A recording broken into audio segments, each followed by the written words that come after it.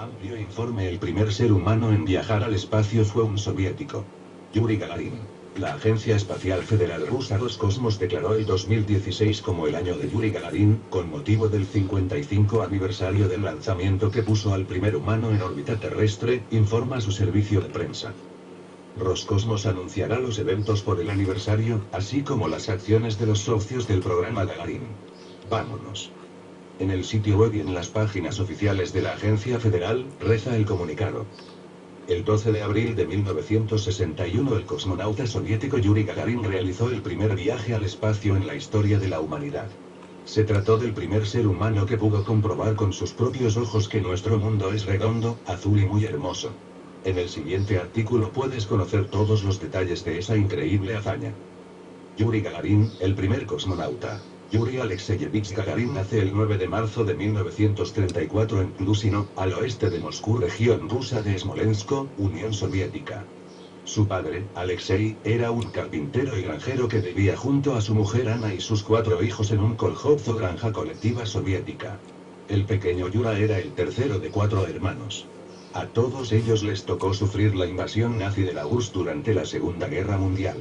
Un día en plena guerra, viendo un aterrizaje forzoso de un caza soviético alcanzado, hizo que sus sueños eligieran un destino. Él sería piloto. Al terminar el 6º curso en 1949, ya en la posguerra tras la victoria de la URSS, Yuri decidió mudarse a Moscú, donde vivía su tío, para estudiar en la escuela Lyubertsy de formación profesional. Aquí Yuri se formaría como fundidor metalúrgico de primera clase, al mismo tiempo que asistía a clases nocturnas para poder terminar los estudios secundarios. Es en esos tiempos cuando se afilia al Komsomol, acrónimo de la Unión de Juventudes Comunistas Soviéticas. En 1951 se graduó en Lyubertsy como fundidor y simultáneamente terminó el 7º curso de secundaria, lo que le permitió proseguir con los estudios superiores en el Instituto Técnico Industrial de Saratov. Estamos en 1955. Desde septiembre de 1954 a octubre de 1955 entra en el club de vuelo de Saratov, donde aprende a volar con una aeronave Yakovlev Yak-18.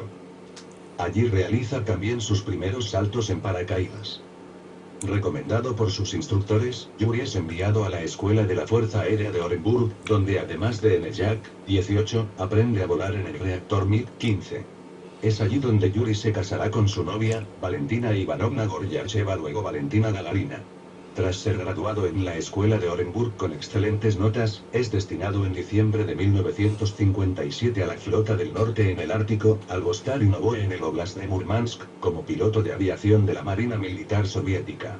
Yuri, que entre otros ha leído a Tsiolkovsky, maestro y visionario autodidacta ruso considerado el precursor de la cosmonáutica soviética, ha visto en el lanzamiento del Sputnik 1 la primera nave espacial de la historia, la puerta que conducirá al hombre al cosmos. Misteriosas entrevistas. El 12 de octubre de 1959 Yuri Alexeyevich junto a otros compañeros de profesión aeronáutica, civiles o militares había sido seleccionado para someterse a una serie de misteriosas entrevistas. Lo único que los pilotos pueden suponer es que se trata de una selección para un nuevo tipo de avión. Hombre determinado, es elegido para la siguiente tanda de entrevistas y pruebas que se celebrarán en Moscú bajo la dirección del coronel de la Fuerza Aérea Yevgeny Karpov. Las pruebas se van tornando cada vez más exigentes y del grupo inicial solo quedan 20 aspirantes, que a principios de 1960 dejan sus unidades de procedencia y formarán el Grupo 1 de cosmonautas de la Fuerza Aérea Soviética. Yuri tiene 265 horas de vuelo y durante un tiempo acumulará pocas más.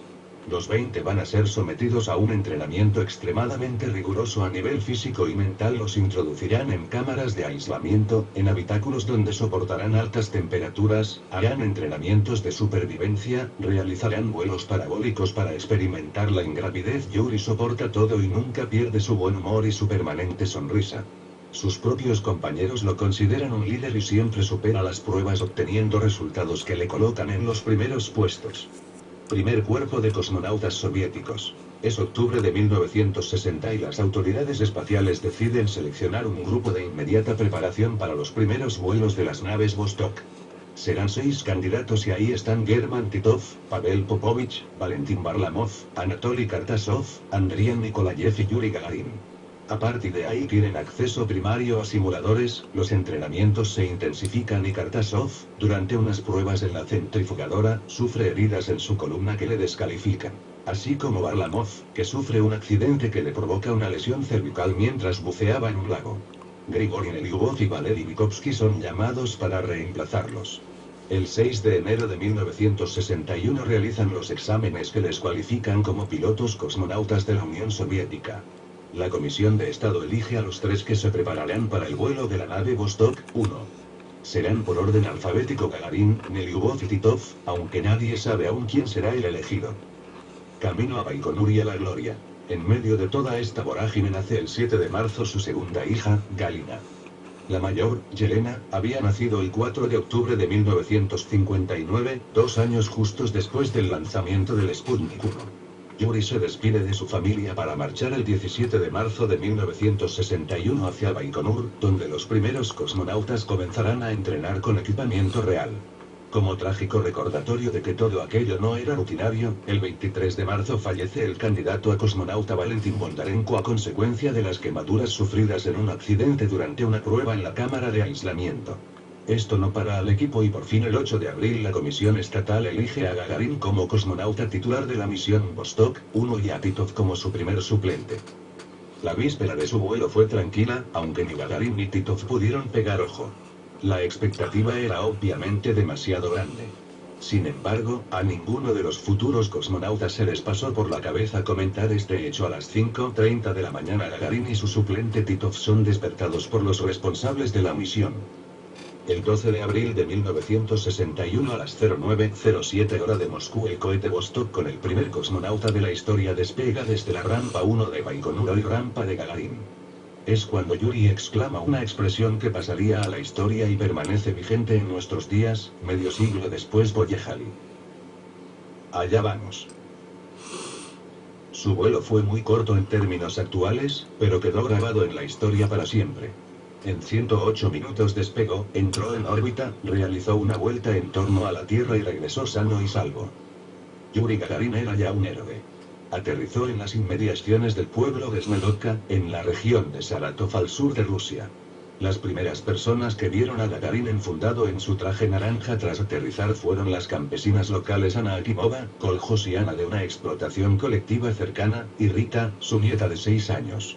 Yuri había descendido en paracaídas y portaba un extraño traje espacial de color naranja, pero afortunadamente en su casco blanco estaban escritas, bien visibles en color rojo, las siglas CCCP en ruso. SSSR. URSS, siglas de la Unión de Repúblicas Socialistas Soviéticas. No tengan miedo, soy soviético. Vengo del espacio y tengo que encontrar un teléfono para llamar a Moscú. Después de ser localizado por el equipo de rescate, Gagarin es llevado a la ciudad de Engels, donde se comunica con sus superiores y comparte las primeras impresiones de su vuelo. Su próxima escala es la ciudad de Samara Kuibysev, donde ya le esperaban innumerables ciudadanos soviéticos, preludio de lo que sería su gran bienvenida triunfal en Moscú. Previamente se reunió con el ingeniero jefe Sergei Korolev y su equipo para relatarles la experiencia de su hazaña. Cuenta la leyenda que el cansancio por la tensión de los días previos era tal que Korolev y su equipo sucumbieron al sueño al final del encuentro. Los días previos habían sido extenuantes, pero ya habría tiempo para conocer los detalles del vuelo de Yuri. Mientras tanto, en Moscú se organizaban rápidamente los festejos correspondientes, aunque en principio no hubo grandes celebraciones planeadas pero sí espontáneas. Desde el mismo instante en el que la radio transmitió el primer cable de la agencia TASS anunciando la hazaña de Gagarin el 12 de abril, los ciudadanos soviéticos salieron a la calle a celebrarlo con entusiasmo a lo largo y ancho del país. La primera medida adoptada por el gobierno soviético fue la de ordenar un ascenso inmediato en el grado militar del nuevo héroe. Antes de pisar Moscú, Gagarin pasó de ser teniente a mayor comandante de la Fuerza Aérea Soviética. Miles de moscovitas abandonaron sus quehaceres para tomar eufóricos las calles de la capital de la URSS el 12 de abril de 1961 de forma masiva y espontánea, nada más conocerse los primeros cables de la agencia TASS que anunciaban al mundo la hazaña pionera de Gagarin y del programa espacial soviético esa misma mañana. Foto Live. Héroe de la Unión Soviética y celebridad internacional. Yuri arriba al aeropuerto moscovita de Vnukovo el 14 de abril de 1961, donde le espera una recepción jamás vista. Todo el pueblo de la capital soviética estaba en la calle para recibir al gran héroe ese día. El instante en el que Yuri recorre la alfombra roja que lo recibía quedó grabado para siempre en la historia con uno de sus zapatos sin los cordones atados. Se dirigía hacia el estrado donde lo esperaban su esposa y los líderes soviéticos, el secretario general Nikita Khrushchev y el resto de los miembros del Politburó del partido. Tras su histórico vuelo, Gagarin se convirtió en una celebridad internacional.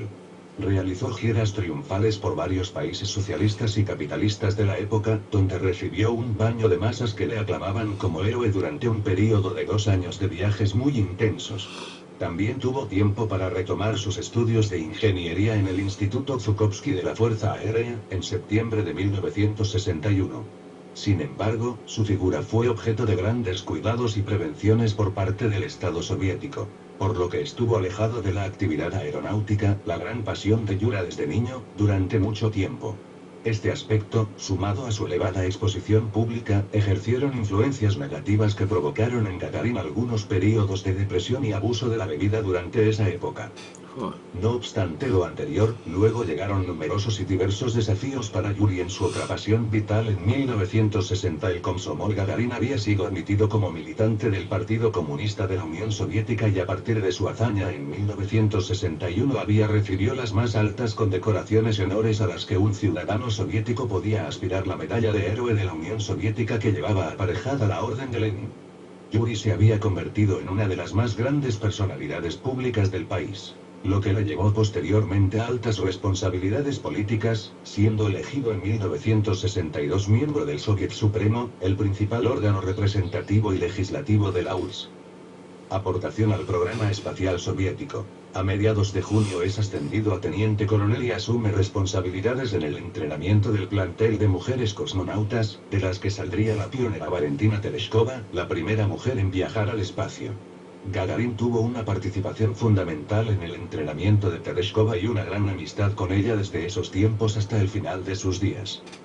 De forma progresiva Gagarin se involucra en el programa espacial soviético, aunque siempre alejado de situaciones de riesgo, una precaución que las autoridades del país cuidaban con celo. Si bien viajó al espacio una sola vez, el de la Vostok 1 no sería la última participación de Yuri en un vuelo relacionado con este primer programa espacial tripulado de la historia. En agosto de 1962 ejerce de oficial de comunicaciones en el vuelo conjunto de las Vostok 3 Nikolayev y Vostok 4 Popovich, un doble vuelo histórico en el que por primera vez 2 naves tripuladas surcaron nuestra órbita de forma simultánea. En noviembre de 1963 es ascendido a coronel y en diciembre es nombrado primer subjefe en el Centro de Entrenamiento de Cosmonautas a las órdenes del comandante del TSPK, el general Nikolai F. Kuznetsov.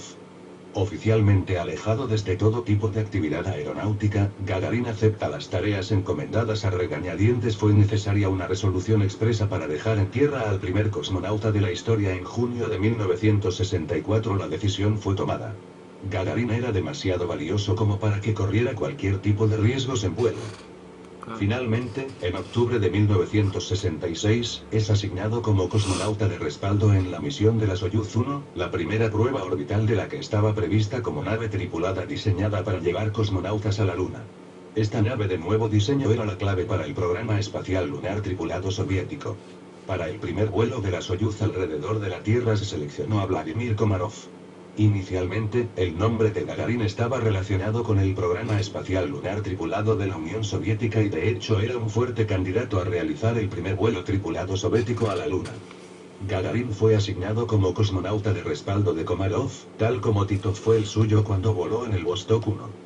El primer vuelo de una nave Soyuz terminaría en una tragedia el 24 de abril de 1967. Komarov muere al reingresar a la Tierra cuando el módulo de descenso de la Soyuz se estrella como consecuencia del despliegue incompleto de paracaídas de frenado. La muerte de su amigo Komarov afectó enormemente a Yuri. Y además las consecuencias de esta tragedia impactan profundamente en el programa espacial soviético, retrasando el desarrollo de las naves Soyuz y aplazando los esfuerzos en la carrera tripulada a la Luna. El accidente de la Soyuz 1 y la muerte de Komarov tendrían un impacto definitivo en la carrera cosmonáutica de Gagarin. Las autoridades decidieron que Yuri no realizaría otro vuelo espacial. La tragedia de la Soyuz 1 finalmente demostró los riesgos de la exploración del espacio. Gagarin tenía una importancia muy grande como para que fuera expuesto a los riesgos de otro viaje espacial. Naturalmente, Gagarin no estuvo en absoluto de acuerdo con esta nueva decisión. Un trágico y prematuro final. El 17 de febrero de 1968 defiende su tesis en el Instituto de las Fuerzas Aéreas Chukovsky y obtiene el título de ingeniero. Yuri confía en que este nuevo logro en su carrera sirva para disuadir a las autoridades y le dejen volar. Finalmente, el 13 de marzo de 1968 es revocada la orden que impedía volar a Gagarin, pero con ciertas restricciones. Si bien no viajaría al espacio, se le permitía realizar vuelos en aviones militares siempre y cuando fuera asistido por instructores. De esta manera Yuri volvió a volar a bordo de aviones de combate MiG-15 UTI diseñados para el entrenamiento de tripulaciones. Siempre con un instructor realizó un total de 18 misiones entre el 13 y el 22 de marzo de 1968. Precisamente en uno de estos vuelos a bordo de un MiG-15 Gagarin muere en accidente el 27 de marzo de 1968. Gagarin despegaría ese día supervisado por el coronel Vladimir Seryogin, un experto piloto de caza con más de 200 misiones en la Segunda Guerra Mundial. El MiG-15 UTI con el número clave de 625 se estrellaría y resultarían muertos sus dos tripulantes. Las causas del accidente fueron investigadas por las autoridades en su momento, pero buena parte de las conclusiones de las pesquisas permanecieron clasificadas.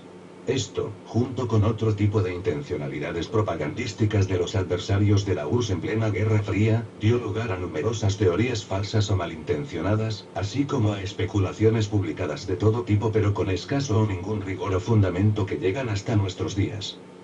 Las causas del accidente fueron una conjunción de eventos técnicos y humanos que desembocaron en la tragedia. A pesar de la escasa información oficial, es posible determinar una serie de acontecimientos que explican el siniestro. El MiG-15 fue equipado ese día con dos depósitos externos de combustible que permiten ampliar la autonomía de vuelo de la nave, pero disminuyen la maniobrabilidad de la misma. En muy pocos minutos se produjo el fatal desenlace. El despegue de la nave tiene lugar a las 10:19 y a las 10:31 se pierde contacto de radio con el MiG. Gagarin y Seryogin entran en un banco de nubes que dificultaron las maniobras realizadas. Los datos meteorológicos disponibles no habían advertido la existencia de nubosidad y cuando los pilotos descienden para salir del banco de nubes se encuentran ya a una escasa y peligrosa altitud de vuelo. El MiG-15 volaba en un ángulo demasiado vertical con respecto a tierra, lo que resultaba particularmente peligroso en este modelo de aeronave. Los esfuerzos de los pilotos para recuperar la actitud correcta debieron ser vanos y se estrellan en el interior de un bosque.